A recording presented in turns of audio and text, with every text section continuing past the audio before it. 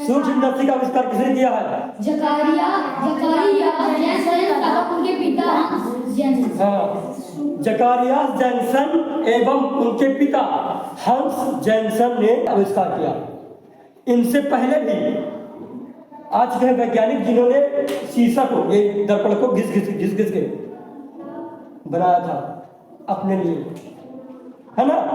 फिर ये लोग आए तो ये लोग और अच्छे से बनाए। फिर इनके बाद भी और वैज्ञानिक आए, लीवेनहॉक, एंटोनी लीवेनहॉक और रॉबर्ट हुक। ये लोग आए तो और अच्छे से बनाए। फिर गैलीलियो साहब आए, वो भी बनाए अच्छे से। फिर धीरे धीरे आप जानोगे।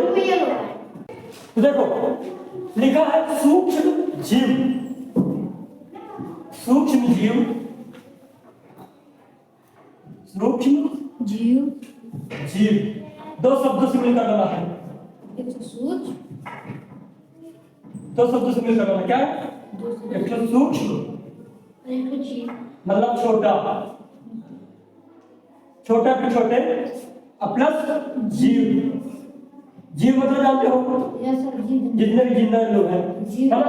जो सोशल मीडिया वगैरह करते हैं वो जीव। हाँ, तो छोटे जीव को क्या बोलते हैं? सूक्ष्म जीव, ठीक है ना। तो इन्हीं के बारे में हम चर्चा करेंगे। तो चलो अब लिखना स्टार्ट कर दो। मिटा दो पूरा। सर अभी इसको क्या लिखना? इसको नहीं लिखो, मिटाना। ये लिखने मिला अरे हो गया, याद रखो सूक्ष्म मतलब छोटा। सर उत्तर डाला हूं। तो ऐसे जीव भी छोटे छोटे होते हैं। एक सूक्ष्म जीव सूक्ष्म जीव किसे कहते हैं? किसे कहते हैं? जैसा कि अब उत्तर तो देखो कुछ लिखा है, ऐसे जीव जिन्हें देखने के लिए माइक्रोस्कोप का उपयोग किया जाता है, या फिर ऐसे बोल सकते हो कि ऐसे जीव जिन्हें हम नग्न आंखों से देख नहीं सकते हैं, सूक्ष्म जीव कहलाते हैं। यही लिख दो। ऐसे जीव जिसे लिखो। हम अपनी आंखों की मदद से नहीं देख अरे नम आंखों किसकी आंखों से देखोगे? नम आंखों से नहीं देख पाते। नाम नहीं बता दो। लिखो ऐसे जीव जिन्हें हम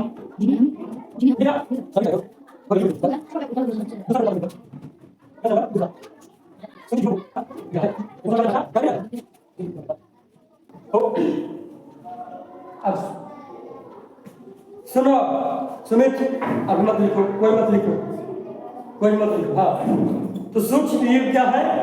ऐसे छोटे छोटे जीव हैं जो हम डायरेक्ट ऐसे नहीं देख सकते, क्योंकि इतने छोटे छोटे जीव हैं। देखो पेन के छल्ले देख सकते हो पेन के छल्ले गिर जाते तो नहीं देख पाते हो।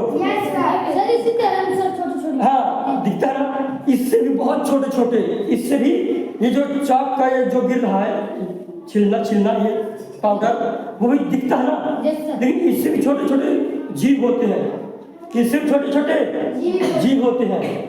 तो उन्हें आप कैसे देख पाओगे? ऐसे जैसे हम पानी लाते हैं बाकी कुएं से, नल से, हो सकता है उसमें भी सूक्ष्म जीव हो सकता है होते भी है। हमारे लार में भी सूक्ष्म जीव होते हैं, तो क्या सूक्ष्म दिखाई देते हैं?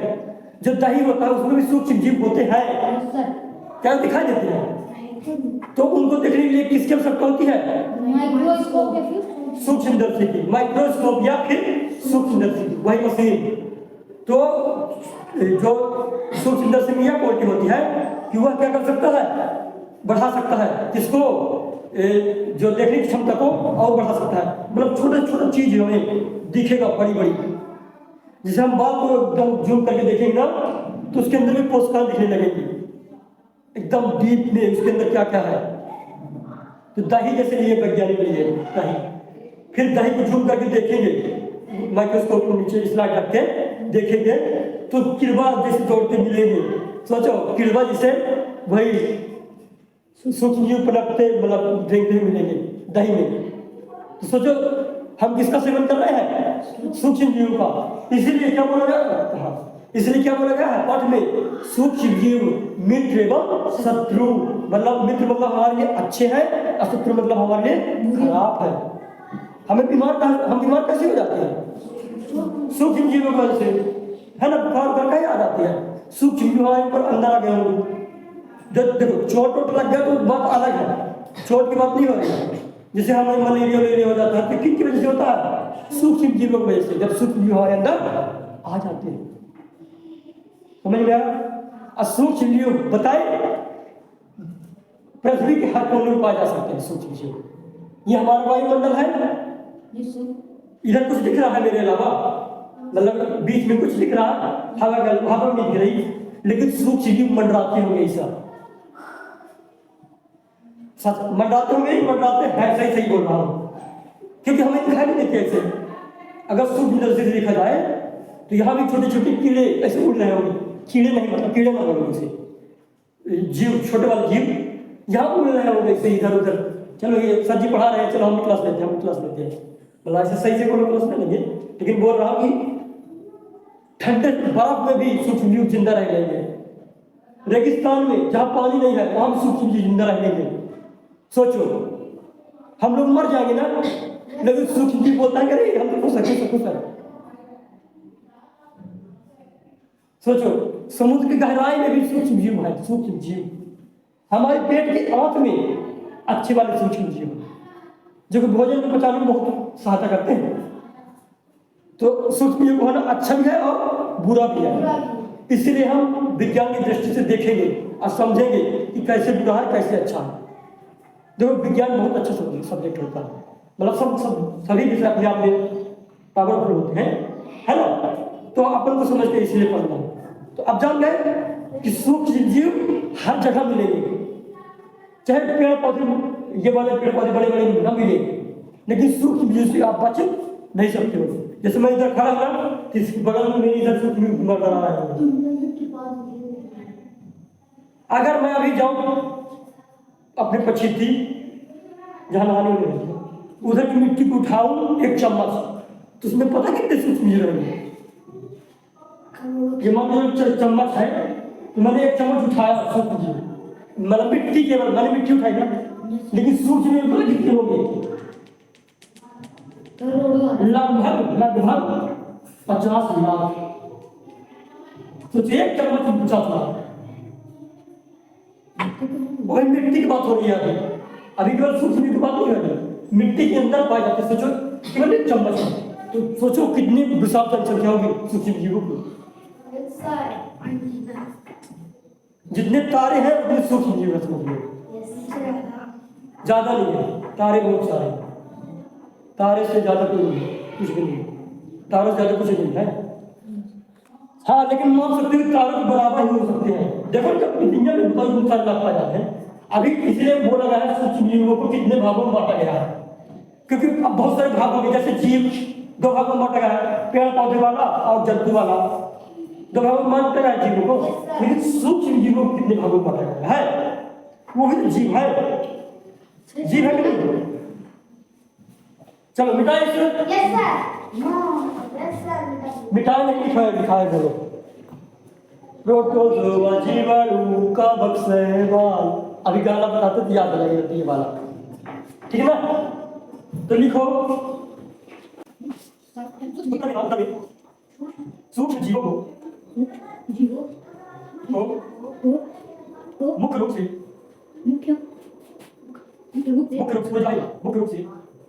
चार भागों में बांटा गया है, किंतु वायरस भी इन्हीं श्रेणी में आते हैं, श्रेणी में आते हैं। देखो नंबर 1 प्रोटोजोआ,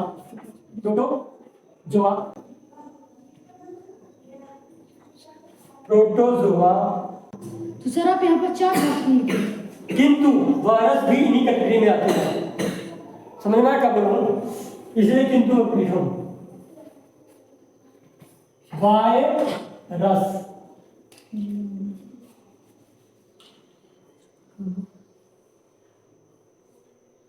ठीक है ना? लिख जाकर भी बताना, मैं फिर समझाता हूँ अच्छे से, गाने के माध्यम से समझाऊंगा, ऐसे नहीं। इसका क्योंकि पिछले बार भी किया था ना, तो पिछले बार कम था, इस बार तो ज्यादा अच्छे से बने। लिख जा दो दादा, अभी अपने पास टाइम है काफी, ऐसा बात नहीं है, है ना? हाँ लिखो भाई, जिसको लिखना है बाकी सुन तो रहे हो ना। Yes sir. हाँ, तो देखो सूक्ष्म जीव को मुख्य रूप से कितने भागों में बन गया है? 4, लेकिन हम 5 पढ़ेंगे क्योंकि वायरस भी किस कैटेगरी में आते हैं? सूक्ष्म जीव। है ना। तो मुख्य रूप से होते 4 हैं। अगर बोला जाए सूक्ष्म जीव कितने प्रकार के होते हैं तो आप बोलोगे 5 प्रकार के होते हैं। लेकिन अगर ये बोला जाए सूक्ष्म जीव मुख्य रूप से कितने प्रकार के होते हैं तो बोलोगे 4 प्रकार के होते हैं। लेकिन हम वायरस को भी लिखेंगे क्योंकि वायरस भी सूक्ष्म जीव कैटेगरी में, मतलब वायरस भी सूक्ष्म जीव होते हैं। होते हैं नहीं है? ठीक है ना। तो देखो जो प्रोटोजोआ है ये जंतु है। ये जो प्रोटोजोआ क्या है? जंतु, यानी कि एनिमल। जंतु हम लोग है ना, प्रोटोजोआ जंतु है। ये जीवाणु ये 2 प्रकार का होता है। ये अपने आप खाना बना लेता है, प्रकाश संश्लेषण क्रिया कर लेता है। सोचो ये जीवाणु अपने से जिंदा रह आएगा। इंग्लिश में इसको बोलते हैं बैक्टीरिया। क्या बोलते हैं? बैक्टीरिया। बैक्टीरिया फिर जीवाणु। साइनोबैक्टीरिया बहुत पुराना जीवाणु है। साइनोबैक्टीरिया नाम का जीवाणु बहुत पुराना, जब हम लोग नहीं थे, जब हम लोग तब ये लोग ये था, ये बगलवा जीवाणु। तो देखो प्रोटोजोआ मतलब कि प्रोटोजोआ में बहुत सारे जीव है। प्रोटोजोआ में बहुत सारी प्रजातियां हैं, बहुत सारी प्रजातियां। जैसे कि गाय देखे हो? Yes sir. गाय बहुत प्रकार की होती कि नहीं होती? Yes sir. तो प्रोटोजोआ में बहुत करोड़ों संख्या आई हुई। अब प्रजातियों में भी बहुत सारी प्रजातियां हैं। जीवाणु में भी कई सारी प्रजातियां हैं। कवक भी, कवक भुट्टा देखो कई सारे प्रकार के, बहुत सारे। इसीलिए तो बोला गया है कि ये जो सूक्ष्म जीव है ये इतने हैं जितने आसमान के तारे,